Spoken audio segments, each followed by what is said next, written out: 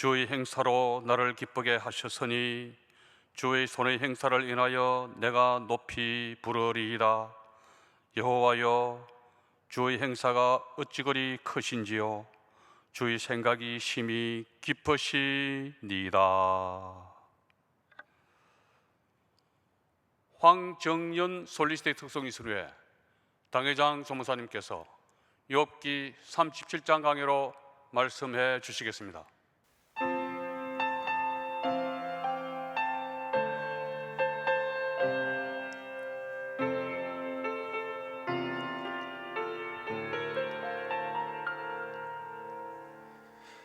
주 예수님 내 맘에 오사 날 붙들어 주시고 내 마음에 새 힘을 주사 늘 기쁘게 합소서. 사랑의 주 사랑의 주 내 맘속에 찾아오사 내 모든 죄 사하시고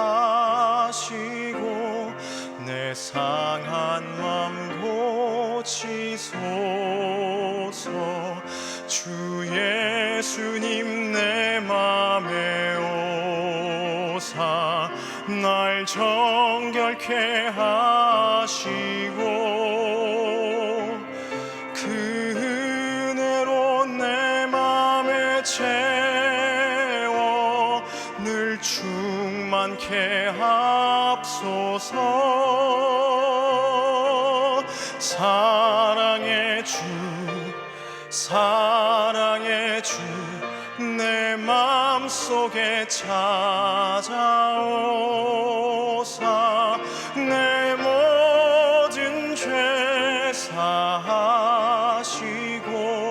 내 상한 맘 고치소서.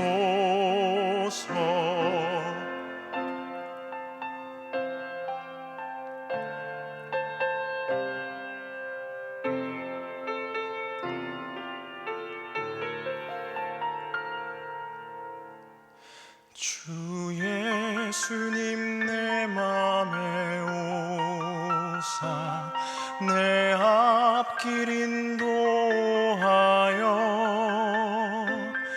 이 세상을 심판할 때에 날 흠없게 합소서.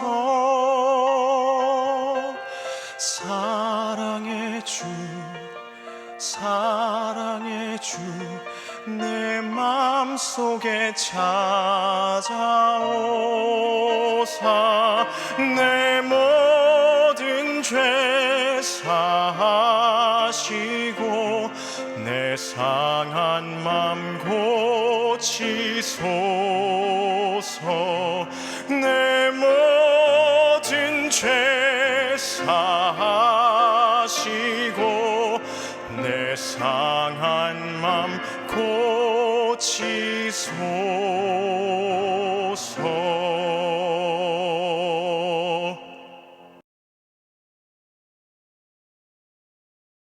성령께서 우리 가운데 계십니다.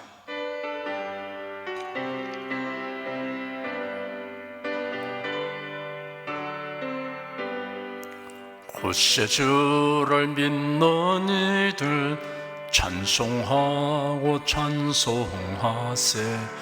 맘과 뜻과 힘 다하여 경배드리세.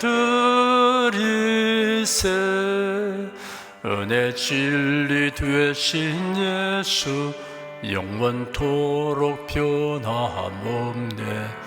성도들아 주를 믿어 길이 섬기세.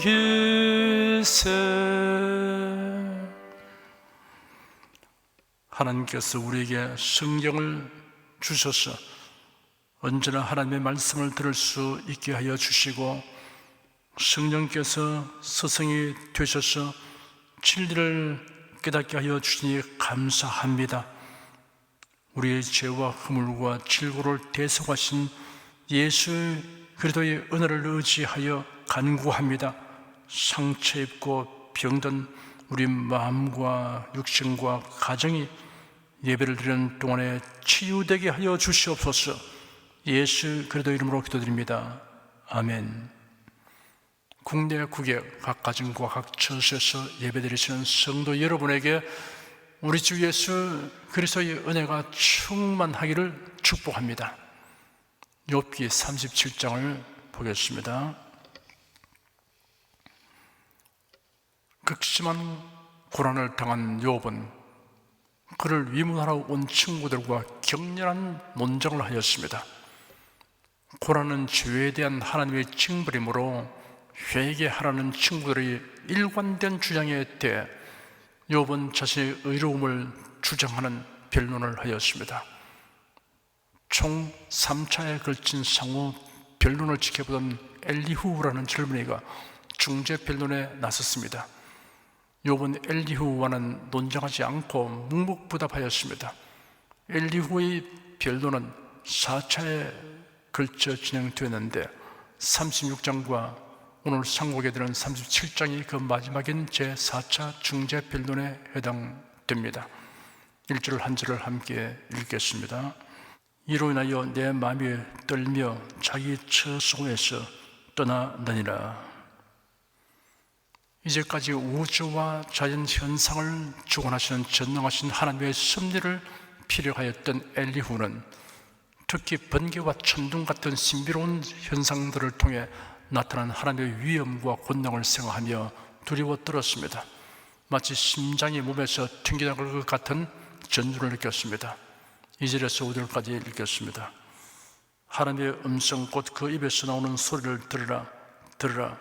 그 소리를 천하에 퍼치시며 번개빛으로 땅 끝까지 이르게 하시고 그 위에 음성을 발하시며 위엄의 울리는 음성을 내시고는 그 음성이 들릴 때 번개빛을 금치 아니하시느니라. 하나님의 기이하게 음성을 울리시며 우리의 헤아릴 수 없는 큰일을 행하시느니라. 번개와 우레를 통하여 하나님의 음성을 들으라고 하였습니다. 우리는 자연 현상을 단지 자연의 발생하는 일로만 읽을 것이 아니라 그 현상을 주관하시는 하나님께서 주신 메시지를 들을 수 있어야 합니다. 하나님이 시내산 위에 강림하셨던 장면을 연상하게 합니다. 그 장면이 상세하게 묘사되어 있는 구절들을 읽어드리겠습니다. 그 광경을 여러분이 상상을 동원하여 보고 들으시기 바랍니다. 여호와께서 모세에게 이르시되 너는 백성에게로 가서 오늘과 내일 그들을 성결케 하며 그들로 옷을 빨고 예비하여 제3일을 기다리게 하라. 이런 제3일에 나 여호와가 온 백성의 목전에 시내산에 강림할 것이미니 너는 백성을 위하여 사면으로 지경을 정하고 이르기를 너희는 삼가 산에 오르거나 그 지경을 범하지 말지니 산을 범하는 자는 정령 죽임을 당할 것이라. 손을 그에게 댐이 없이 그런 자는 돌에 맞아 죽임을 당하거나 살에 씌어 죽임을 당하리니 짐승이나 사람을 물어하고 살지 못하리라. 나팔을 길게 불거든 산 앞에 이를 것이니라 하라. 제3일 아침에 우레와 번개와 빽빽한 구름이 산 위에 있고 나팔 소리가 심히 크니 진중 모든 백성이 다 떨더라. 모세가 하나님을 맞으려고 백성을 거느리고 진에서 나오며 그들이 산 기슭에 섰더니 시내산의 연기가 자욱하니 여호와께서 불 가운데서 그에게 강림하심이라. 그 연기가 옹기점 연기같이 떠오르고 온 산이 크게 진동하며 나팔 소리가 점점 커질 때 모세가 말한즉 하나님의 음성으로 대답하시더라. 무백성이 우레와 번개와 나팔 소리와 산의 연기를 본지라. 그들이 볼 때 떨며 멀리 서서 모세에게 이르되 당신이 우리에게 말씀하소서 우리가 들으리이다. 하나님이 우리에게 말씀하시지 말게 하소서 우리가 죽을까 하나이다. 모세가 백성에게 이르되 두려워 말라. 하나님의 강림하심은 너희를 시험하고 너희로 경외하여 범죄치 않게 하려 하심이라. 백성은 멀리 섰고 모세는 하나님의 계신 암흑으로 가까이 가니라. 여호와께서 모세에게 이르시되 너는 이스라엘 자손에게 이같이 이르라. 내가 하늘에서부터 너에게 말하는 것을 너희가 친히 보았으니 너희는 나를 비교서 은으로 신상이나 금으로 신상을 너희를 위하여 만들지 말고 내게 토단을 쌓고 그 위에 너희 양과 소로 너희 번제와 화목제를 드리라. 내가 무릇 내 이름을 기념하게 하는 곳에서 네게 강림하여 복을 주리라. 통탄할 일은 이스라엘 백성들의 우레와 번개와 심히 큰 나팔 소리만 그들의 뇌리에 각인하고 그 상황에서 그들에게 주신 하나님의 말씀은 무시해버렸습니다. 그러나 그들은 모세가 시내산에 올라간 후 소식이 없자 40일도 채 지나지 않아서 금송아지 우상을 만들어 놓고 그 앞에서 말하기를 이스라엘아 이는 너희를 애굽 땅에서 인도하여 낸 너희 신이로다 하였습니다. 아론이 보고 그 앞에 단을 잡고 공포하기를 내일은 여호와의 절일이니라 하였습니다. 이튿날에 그들이 일찍 일어나 번제와 화목제를 드리고 앉아서 먹고 마시며 일어나서 뛰놀았습니다. 2013년 부산 백석호에서 열린 WCC 제10차 대회는 이러한 장면을 재현하는 것이나 다름없습니다. 내 앞에 다른 신을 두지 말라, 우상을 만들지 말고 섬기지 말라, 하나님의 이름을 망령되이 걷지 말라 하신 하나님의 말씀은 무시하고 예수 그리스도의 이름을 부르면서 우상 숭배하는 대회를 진행하였습니다. 하나님이 주신 말씀은 무시하고 제도, 형식, 의식만을 취하는 사람이 되지 않아야 합니다. 여러분의 예배와 봉사와 헌신의 중심에 하나님의 말씀이 있어야 합니다. 하나님의 말씀에 근거하고 말씀대로 행하여야 합니다. 6절에서 9절까지 읽겠습니다. 눈을 명하여 땅에 내리라 하시며 적은 비와 큰 비도 그같이 내리게 하시느니라. 그가 각 사람의 손을 봉하시나니 이는 그 지으신 모든 사람으로 그것을 알게 하려 하심이니라. 짐승들은 숨는 곳으로 들어가서 그 굴에 머물며 남방 밀실에서는 광풍이 이르고 북방에서는 찬 기운이 이르며 눈, 비, 바람으로 인하여 사람이 일손을 멈추고 있을 때 그 모든 것을 주관하시는 하나님을 생각하라고 하였습니다. 사람은 동분서주하는 동안 하나님을 망각하기 쉽습니다. 몸이 병들어 아무 일도 할 수 없을 때, 일이 없어서 쉬고 있을 때 하나님을 생각하는 기회로 삼아야 합니다. 의도적으로 하나님과 교통하는 시간을 만들어야 합니다. 교회가 정기적인 예배와 기도 모임을 정한 이유가 여기에 있습니다. 우리 교회는 매주간 주일 예배, 주중 예배, 월요 기도회, 금요 기도회가 있습니다. 그 외에도 교구와 구역에서 정한 예배와 기도 모임들이 있습니다. 이러한 모임이 우리의 신앙을 튼튼하게 합니다. 못된 송아지 엉덩이에 뿔난다는 속담처럼 엉덩이에 뿔난 교회는 교회가 정한 모임에는 제대로 참석하지 않고 교회 밖에 이상한 집회 쫓아다니고 이상한 기도원에 뻔질나게 다닙니다. 기도원이라는 명칭은 그곳에 가야 제대로 기도할 수 있는 것처럼 인식하게 만듭니다. 자신이 출석한 교회당만큼 기도하는데 더 좋은 곳은 없습니다.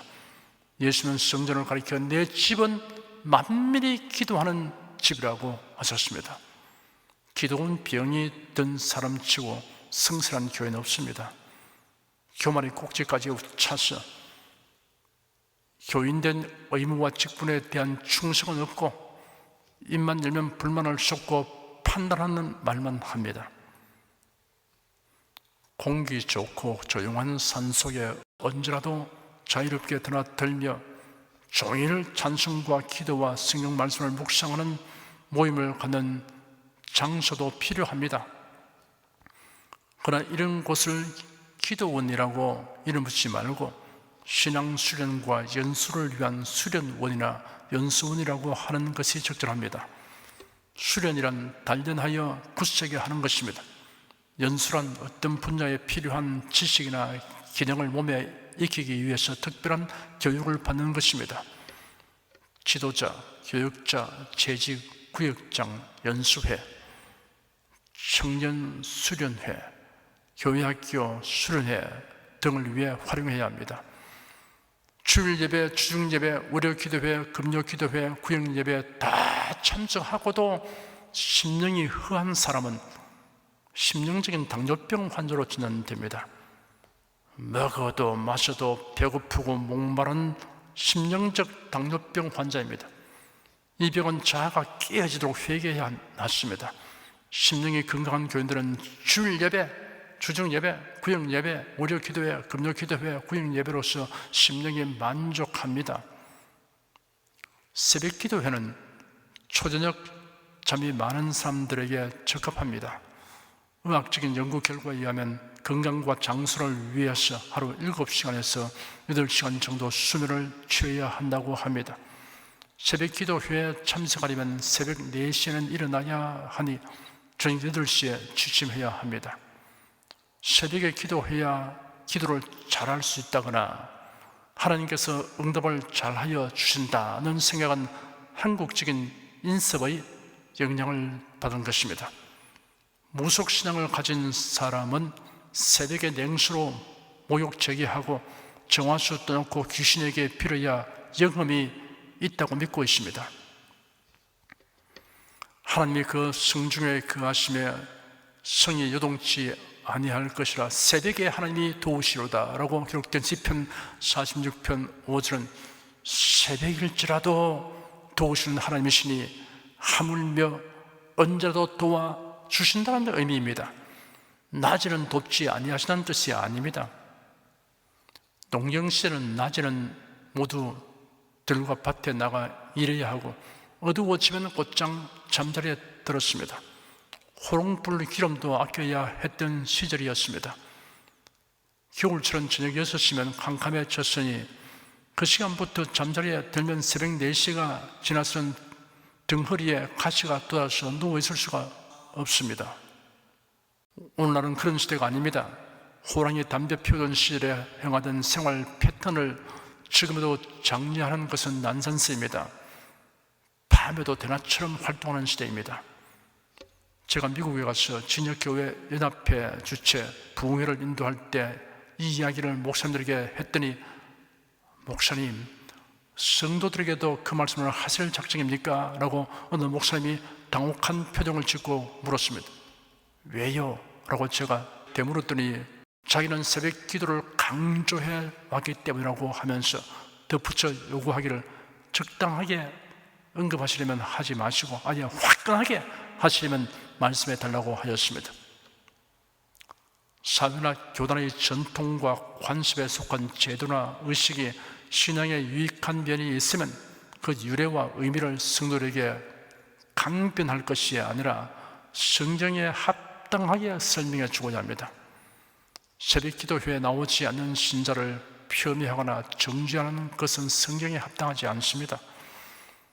자신의 형편대로 하루 중에 어느 시간이든 시간을 정하여 교회에 가서 기도하는 습관을 가지는 것은 좋은 일입니다.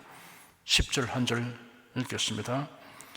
하나님의 부신 기운의 얼음이 얼고 물의 넓이가 줄어지느니라. 물이 얼면 부피가 늘어나면서 비중은 작아집니다. 신기하고 감사한 일입니다. 물은 동결할 때 가벼워지는 유일한 물질입니다.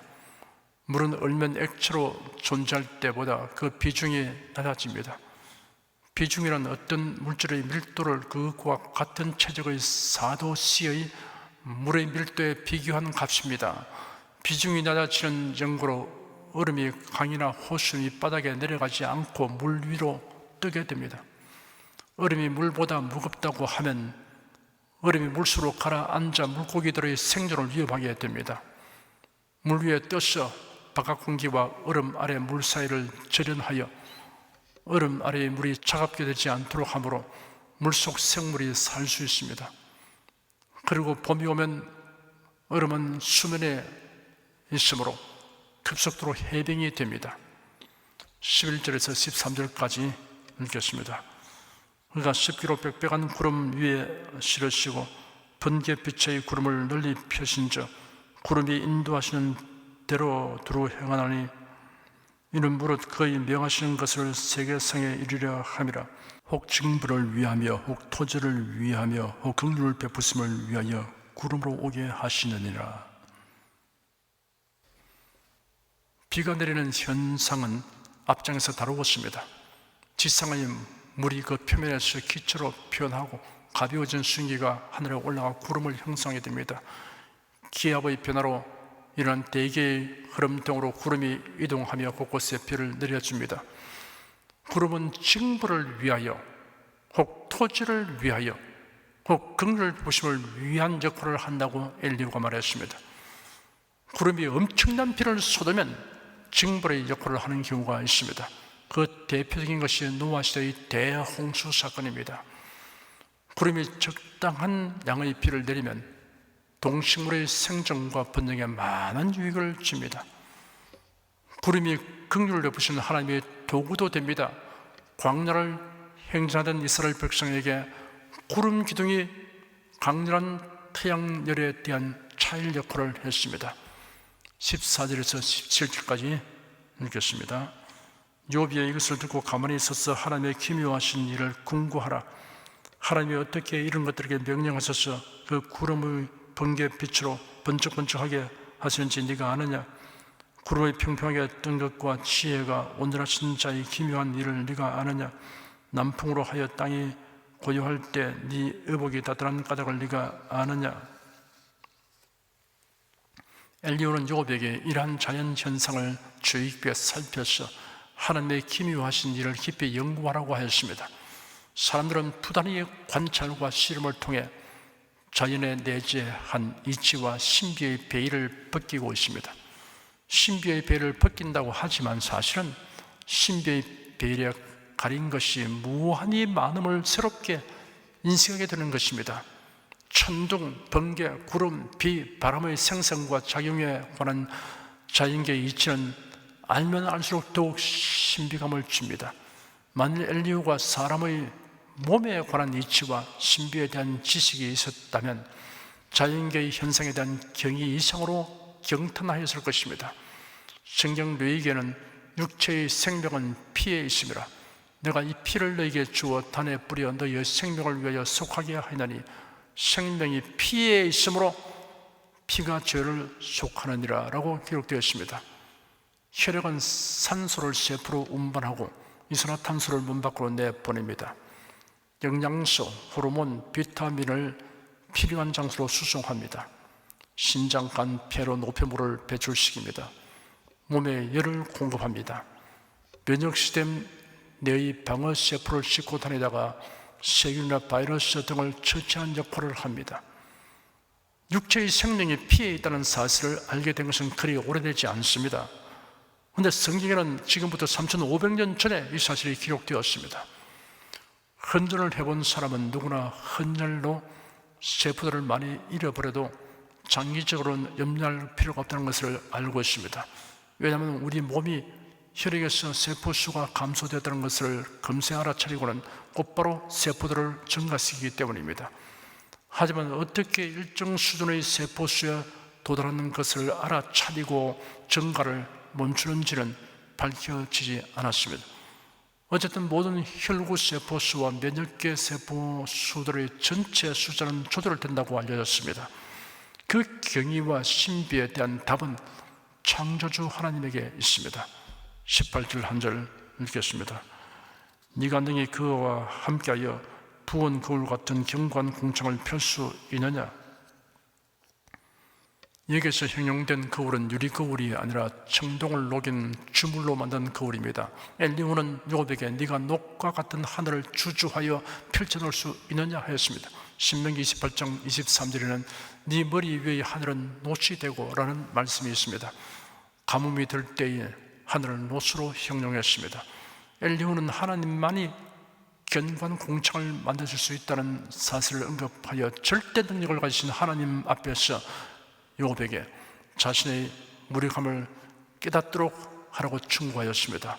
19절 20절 2절 읽겠습니다. 우리가 그에게 할 말을 너는 우리에게 가르치라.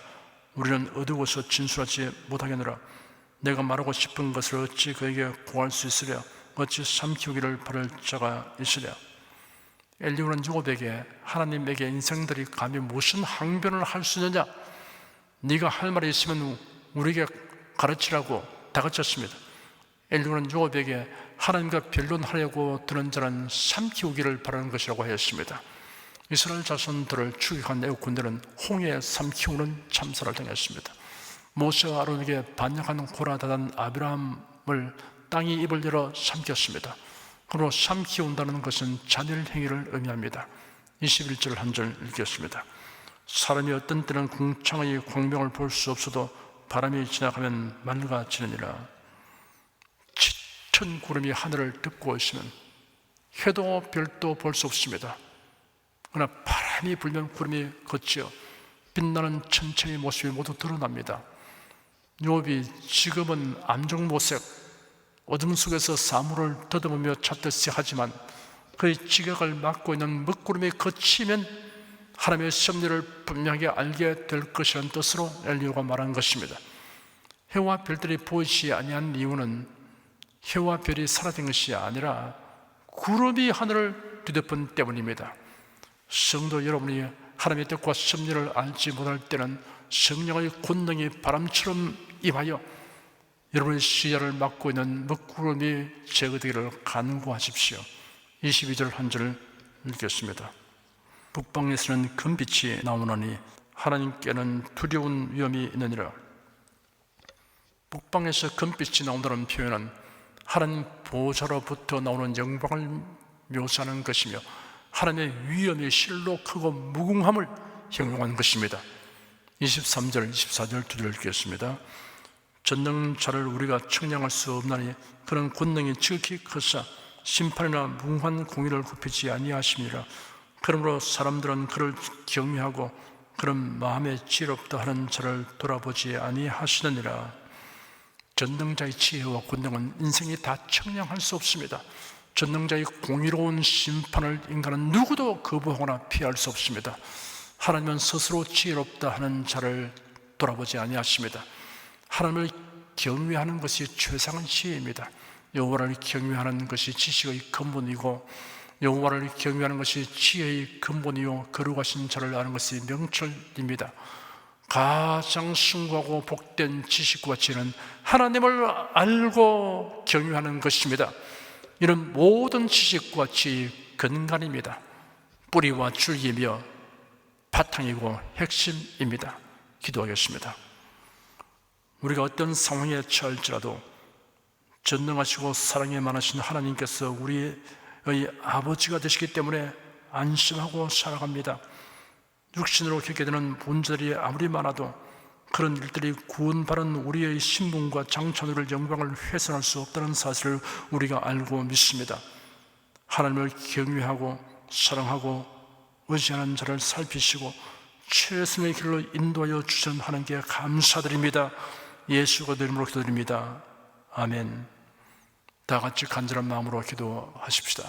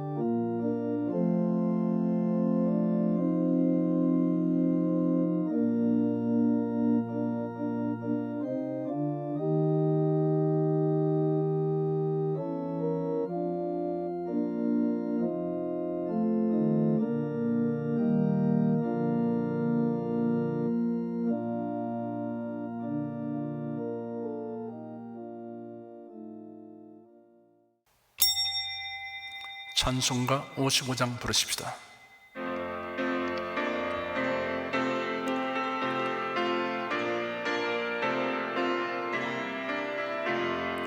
하나님의 크신 사랑 하늘로서 내리사 우리 맘에 항상 계셔 온전하게 합소서. 나의 주는 자비하사 사랑 무한하시니 두려워서 떠는 자를 구원하여 줍소서. 걱정 근심 많은 자를 성령 감화하시며 복과 은혜 사랑받아 평안하게 합소서. 처음과 나중 되신 주여 항상 인도하셔서 마귀 유혹 받는 것을 속히 끊게 합소서. 전능하신 아버지여 주의 능력 주시고 우리 맘에 임하셔서 떠나가지 맙소서. 주께 영광 항상 돌려 천사처럼 섬기며 주의 사랑 영영토록 찬송하게 합소서. 우리들이 거듭나서 흠이 없게 하시고 주의 크신 구원받아 온전하게 합소서. 영광에서 영광으로 천국까지 이르러 거신 사랑 감격하여 경배하게 합소서. 아멘.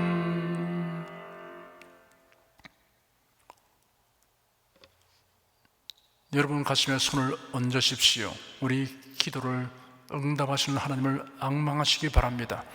병약한 분들은 아픈데 믿음의 손을 얹으십시오. 주 성령께서 우리 가운데 임하여 계십니다. 예수님의 사랑과 능력과 대속의 은혜로서 우리를 치료하여 주십니다. 성령의 나타남과 능력으로 표적과 기사를 베풀어 주십니다. 나는 너희를 치료하는 여호와임이라. 예수께서 가르치시며 천국 복음을 전파하시며 모든 병과 모든 약한 것을 고치시니라. 너희 중에 병든 자가 있느냐 위하여 기도할지니라. 믿음의 기도는 병든 자를 구원하리니 주께서 저를 일으키시리라. 병 낫기를 위하여 서로 기도하라. 이러한 성경 말씀에 의거하여 우리가 하나님께 신주를 간구하오니 응답하여 주시옵소서. 너희가 얻지 못하면 구하지 않기 때문이라고 말씀하셨으므로 기도하는 담력과 즐거움을 주니 감사합니다. 믿는 자들에게 이런 표적이 따르니 병든 자에게 손을 얹으면 나으리라 하신 약속을 조차 지금 연약하고 병든 곳에 손을 얹고 간구하는 모든 성도들에게 하나님의 권능이 임하여 낫게 하여 주시옵소서. 병들어 고통하는 친족과 교우들을 위하여 기도하오니 불쌍히 여기시고 치료하여 주시옵소서. 모든 병과 모든 약한 것을 고치신 예수님께 간구합니다. 상한 몸, 병든 몸을 고쳐주시옵소서.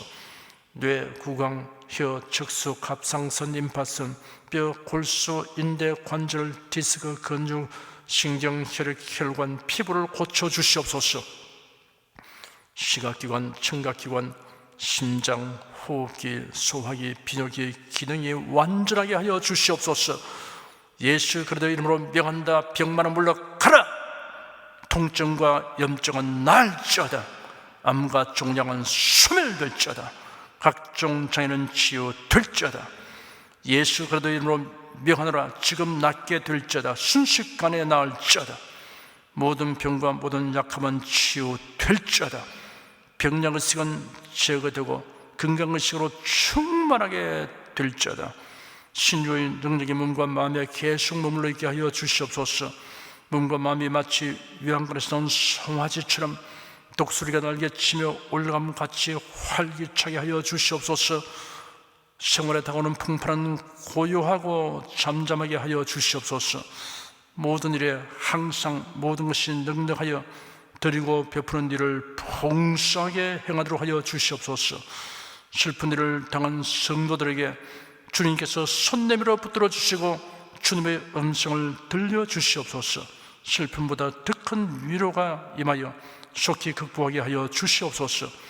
가정이 평안하고 가족이 모두 독실한 신앙을 가지게 하여 주시옵소서. 탁월한 지혜와 명철을 주셔서 모든 일을 바르게 분별하고 판단하며 선택을 주게 하여 주시옵소서. 어쩌나 오늘날 통일하신 예수께서 지금도 우리를 용서하시고 치료하시며 위로하여 주니 감사합니다. 예수 그리스도 이름으로 기도드립니다. 아멘. 내 믿음대로 될지어다. 성령 부르겠습니다.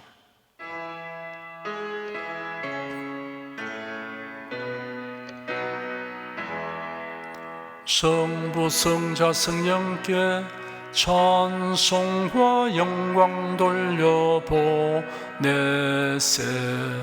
태초로 지금까지 또 영원 무궁토록 성삼위께 영광 영광. 아멘. 우리 주 예수 그리스도의 은혜와 하나님 아버지의 사랑과 성령의 교통하심이 은혜와 즐거움도 사랑하는 모든 성도들 위해 임하시옵기를 축원합니다. 아멘.